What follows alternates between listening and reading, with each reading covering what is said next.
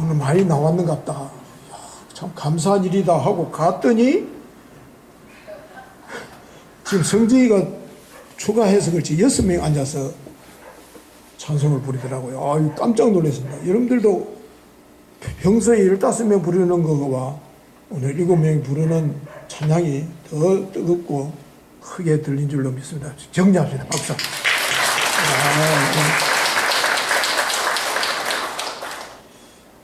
내일은 우리 고유 명절인 추석입니다. 이 추석은 정말로 긴 겨울을 보내고 농사를 지어서 이제 그 농사를 지은 그 햅쌀과 햇곡식과 햇과일을 조상님에게 올려드리는, 왜? 이 모든 것이 조상님들의 보살핌이었고 도움이었다, 그렇게 생각하고 밥을 짓고 술을 빚고 송편을 만들고 과일을 듬뿍 담아서 조사님께 드립니다. 그럼 조상님이 흐뭇해 하시며 그 제사를 받으시고 음복을 합니다. 복을 담아서 줍니다. 그러면은 우리 선조들은 그 제사상에 올려진 그 과일과 떡과 음식을 그걸 가지고 서로 이렇게 나눕니다. 왜 나누느냐? 그걸 먹는 거예요.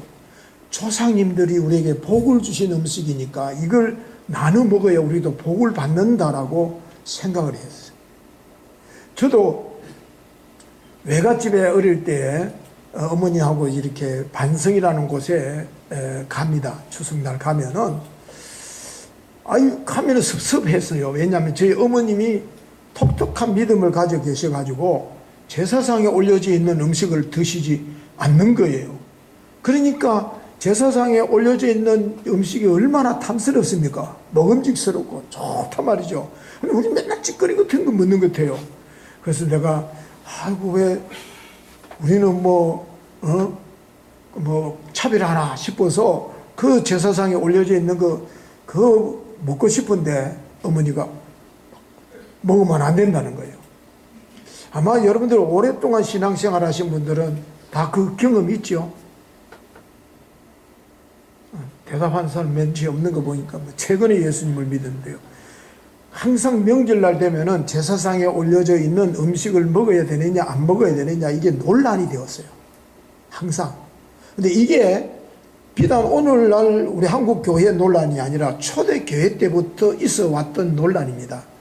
오늘 본문 속에 보면은 바울은 고린도 교회 교인들에게 우상의 제물을 먹어도 되느냐 옳으냐 안 옳으냐 논란에 대해서 뭐라고 이야기를 하느냐면은 너희들이 우상의 제물에 대해서는 우리가 다 지식이 있는 줄 아나 지식은 교만하게 하며 사랑은 덕을 세우는 것이다 라는 말을 합니다.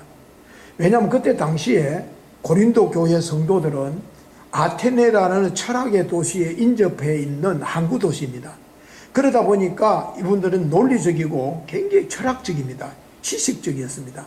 그러다 보니까 그들은 지식을 굉장히 자랑스럽게 생각하고 성경 말씀도 논리적으로 이해되어지고 깨달아지면은 그것이 곧 구원이라고 생각을 했어요.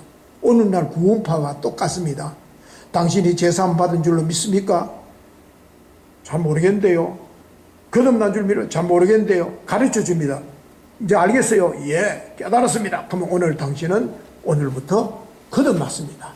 오늘부터 구원받았습니다. 제사 받았습니다. 하는 논리와 똑같이 고린도 교회에서도 이걸 굉장히 강조를 했습니다. 그런데 바울이 거기에 대해서 너희들이 알면 얼마나 많이 알겠느냐? 사람이 성경의 지식에 많이 알고 적게 알고가 중요한 게 아니다. 너희들이 만일 예수 그리스도에 대해서 안다면은 단순히 지식적으로 머무는 것에 머물지 말고 그 부분의 말씀을 가슴으로 담아내고 품어내야 된다. 그 말은 뭐냐면 지식에 담겨져 있는 게 아니라 가슴으로 담아내야 된다는 말은 삶으로 담아내야 된다. 말씀으로 살아야 된다. 그 말씀을 바울은 강조합니다. 참된 지식은 그래서 말씀 순종에 있는 것이다. 지식에 담아 놓으면 뭐하냐? 삶으로 담아내지 못하면 그건 의미가 없다라는 거죠. 그러면서 바울은 그러한 고린도 교회의 지식을 가리켜서, 믿음을 가리켜서 반쪽 지식, 반쪽 믿음이라고 이야기를 합니다. 무엇을 아는 줄로 생각하면서 아직도 마땅히 알 것을 알지 못하기 때문에 라고 이야기합니다. 너희들은 알기는 알지만 아직도 다는 모른다는 거예요. 그러면서 이 말씀을 제사 음식의 문제로 말씀을 이어갑니다. 왜냐하면 그때 당시에는 모든 음식은 신전에서 제사로 바쳐진 것들을 가지고 그 다음에 그것이 시중에 유통되어지는 겁니다. 특별히 고기는 종류는 100% 신전에 먼저 올려둬야, 신에게 먼저 바쳐져야, 그리고 신이 축복한 그것을 나누어야 탈이 없고 건강하다, 그렇게 해서 유통되어지는 거예요. 그러다 보니까 모든 음식은 우상에게 바쳐진 뒤에 주어지는 것이기 때문에 교회가 이를 두고 논란이 일어나고 두 파로 나누어집니다. 뭐냐면 우상에 바쳐진 음식을 먹어도 된다? 아이고 무슨 소리냐? 먹으면 절대 안 된다라는 논란이 일어난 거예요. 된다는 사람들은 우상 숭배 자체가 잘못된 것이지 음식 자체가 잘못된 게 아니지 않느냐. 문제될 게 음식이 뭐가 문제냐는 거죠. 그 말은 뭐냐면은 우리는 유일신인 하나님을 믿는데 다른 신이 없다고 보는데, 다른 신이 없는데 와가 운감을 하고 음복을 하고 그게 무슨 소용이 있느냐. 우상 자체가 우리 인정을 안 하는데, 그런데 그 음식이 굳이 구별할 필요가 있느냐.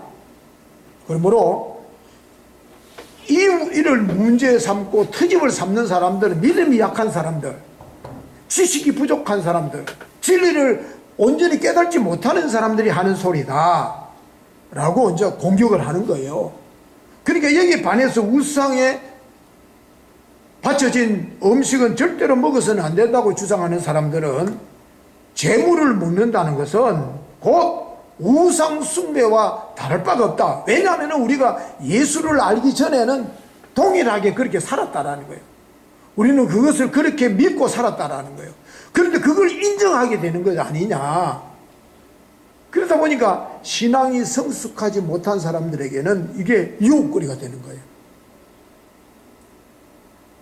자, 이런 논란이 있자 바울은 이야기를 합니다. 바울은 먹어서는 안 된다라는 믿음이 약한 사람들의 편에 서지 않고 스스로 안다고 생각하고 자신의 신앙을 자랑 삼아 당당하게 나서는 사람들을 향해서 권면을 합니다. 그런즉 너희의 자유가 믿음이 약한 자들에게 걸려 넘어지게 하는 것이 되지 않도록 조심하라. 지식이 있다는 네가 우상의 집에 앉아 먹는 것을 누구든지 보면은 믿음의 약한 자들의 양심이 담력으로 나도 먹어도 되네 하고 우상의 재물을 먹지 않겠느냐. 그러면은 네 지식으로 그 믿음이 약한 자들을 멸망하게 되나니 그는 그리스도를 위하여 죽으신 한 형제니라. 왜 그렇게 실족하게 하느냐. 그런 이야기를 합니다. 쉽게 말하자면은 너희의 자유가, 너희가 먹고 안 먹고 하는 권리가 너희에게는 있지만은 믿음이 약한 자들에게 걸림이 되지 않도록 해라는 거죠. 권리를 남용하지 말고 절제해라, 분별해라.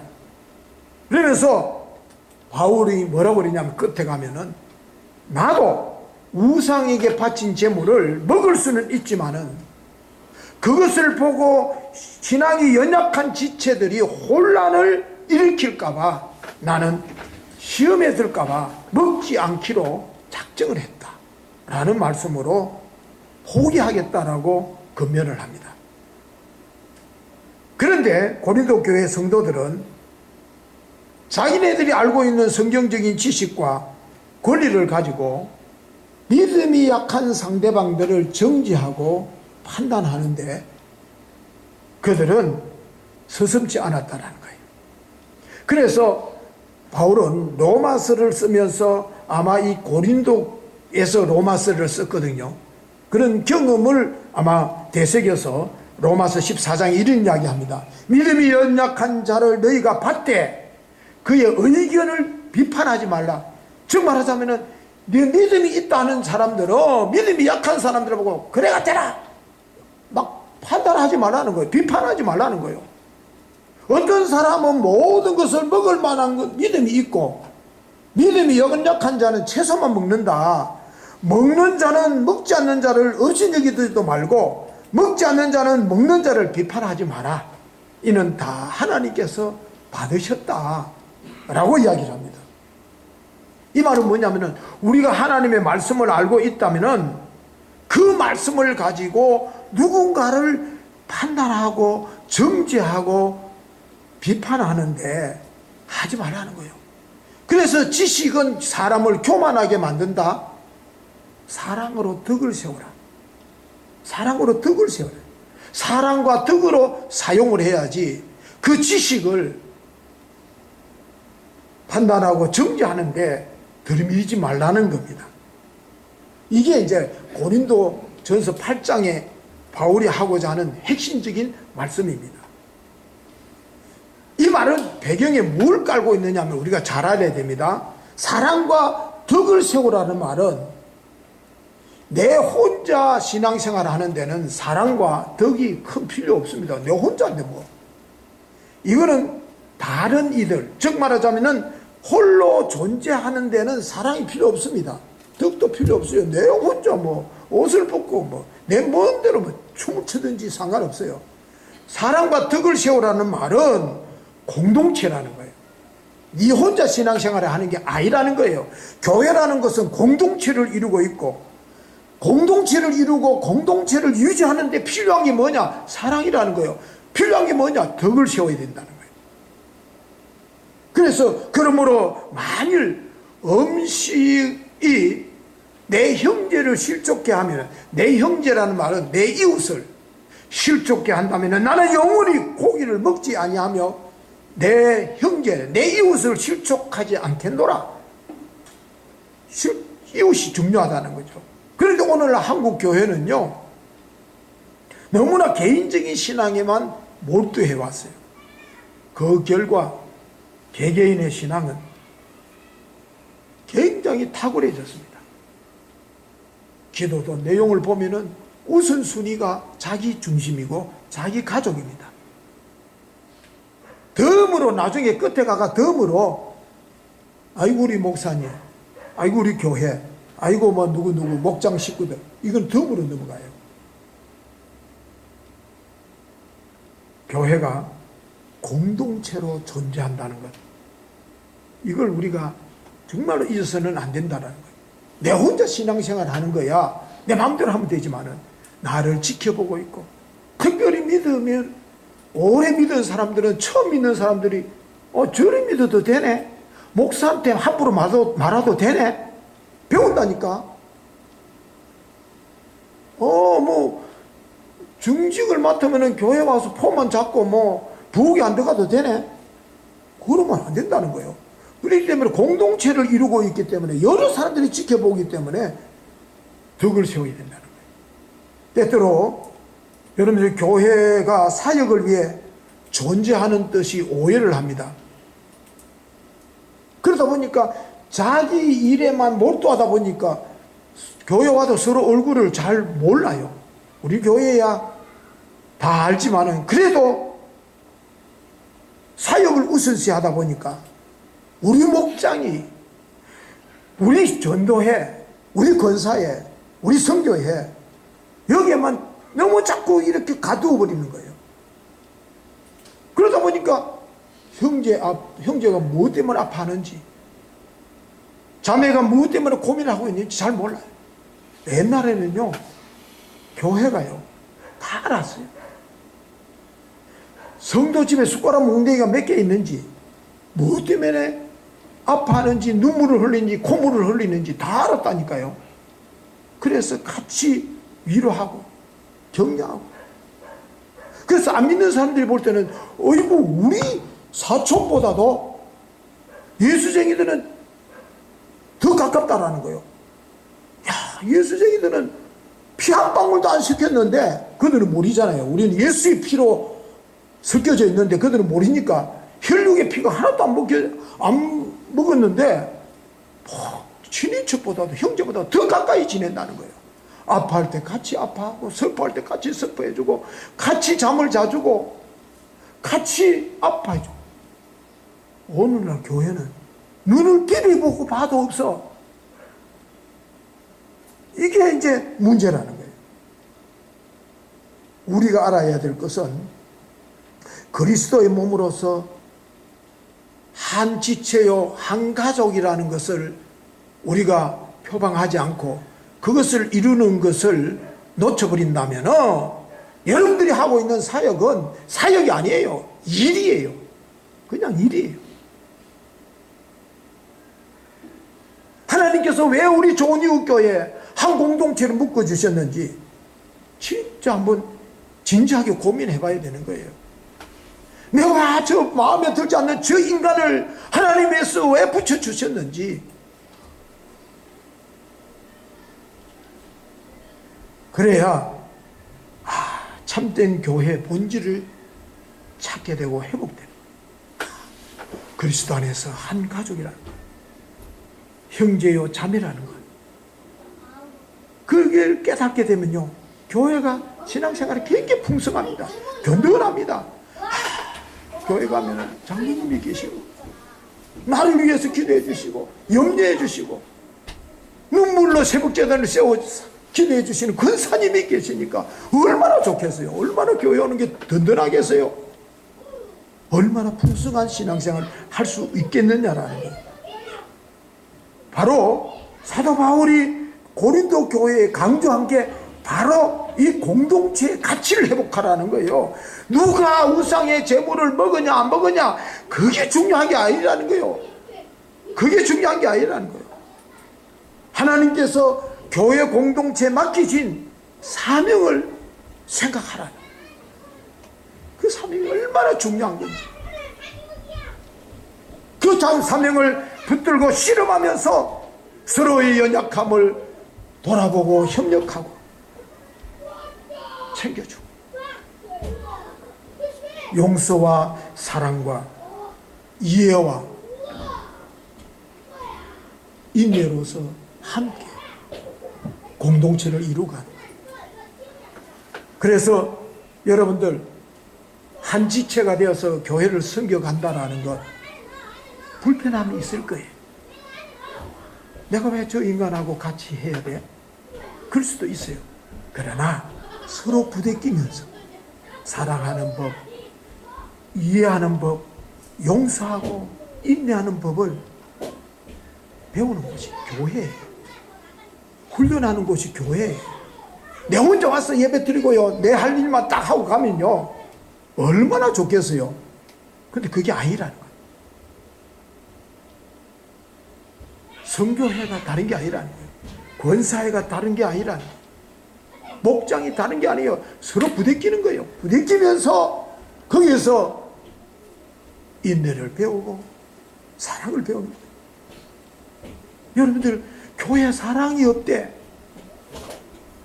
그런데요 이 공동체를 회복하고 나면은 아이고 내가 잘못했구나. 내가 사랑의 주체이고 내가 사랑이 없어서 그랬구나. 바뀌어진다는.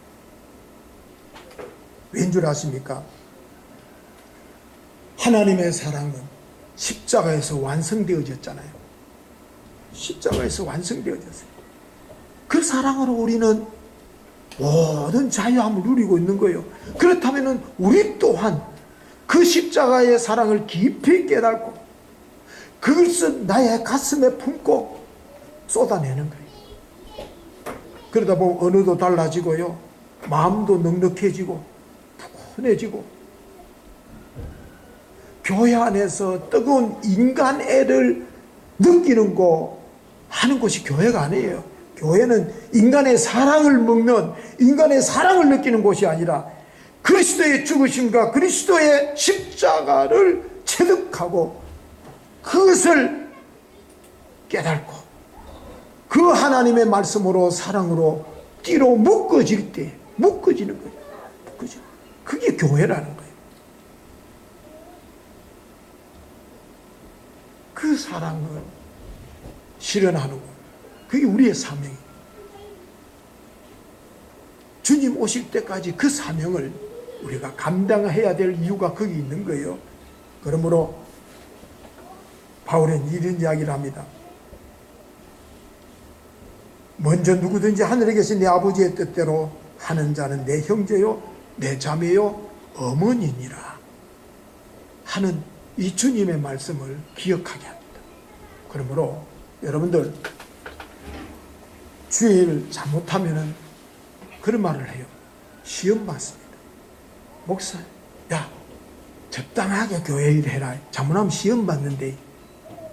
그 소리 많이 들었죠? 공동체를 몰라서 공동체 정신을 바로 아는 사람들은 맞아, 나를 디딤돌로 삼아 나를 밟고 올라가, 나를 밟고 건너가, 나를 밟고 넘어가. 그게 공동체 정신. 그러므로 여러분, 추석이라는 게 뭐냐? 우리가 그리스도 안에서 한 가족임을 다시 한번 확인하고 고백하는 게 추석이에요. 그래서 옛날에는요, 오늘 추석인데 오늘 막 많이 빠졌잖아요. 그러면 목사님들이 혼을 냈어요. 예수 안에서 피로 맺어진 한 지체인 교회, 신앙의 공동체를 고백하고 확인하지 못하면서 뭐 혈육의 친척이 그렇게 중요하냐? 막 호통쳤어요. 근데 저는 그렇게 호통치는 게 아니고, 우리가 이 추석을 통해서 꼭 알아야 될 것은 우리가 그리스도 안에서 한 가족임을 먼저 확인하고 고백하는 추석, 그리고 나아가서 한 부모님 밑에서 한 가족임을 잊지 않고 확인하고 고백하는 추석, 동시에 이루어져야 된다는 거예요. 여러분들이 가셔서 예수 믿지 않는 친척들에게 부담을 주면 안 돼요. 아이고 야야 나 저 예수 믿는 예수쟁이 저 엄마 보니까 조카 보니까 예수 믿고 싶어도 못 믿겠어. 왜? 너무 부담을 주는 거예요. 먹으면 안 된다, 먹으면 안 된다, 이런 식으로 막 예수 믿으면 어떻게, 아 예수 믿으면 좀 쉽게 믿을 수 있겠구나, 아 이래 돼야지. 이번에 명절날 가시면요, 좀 푸근하고 느긋하고 그렇다고 한 잔 땡기라는 말이 아니에요. 어? 그러니까 부어주고 술도 부어주고 아이고 그거 부어도 드리고 하라라 같이 어울려서 술 따라주면 지옥 가는 줄 알고 죄 짓는 줄 알고. 나는 안 납니다. 이 자리는 부정한 자리고 이거는 사악한 자리라서 악인의 깨에 자리에 함께 하지 말라 그랬습니다 하고 지 혼자 딴 방에 가서 앉아 있어 봐요. 놔둬라. 예수쟁이들 지하 천당 가든지 만당 가든지 놔둬라. 언제 어떻게 되겠어요? 한 지체인데, 한 가족인데, 진짜 우리가 천국에 소망이 있으면은 믿지 않는 부모님들에게 어떤 희생을 해서라도. 바울은 그랬잖아요.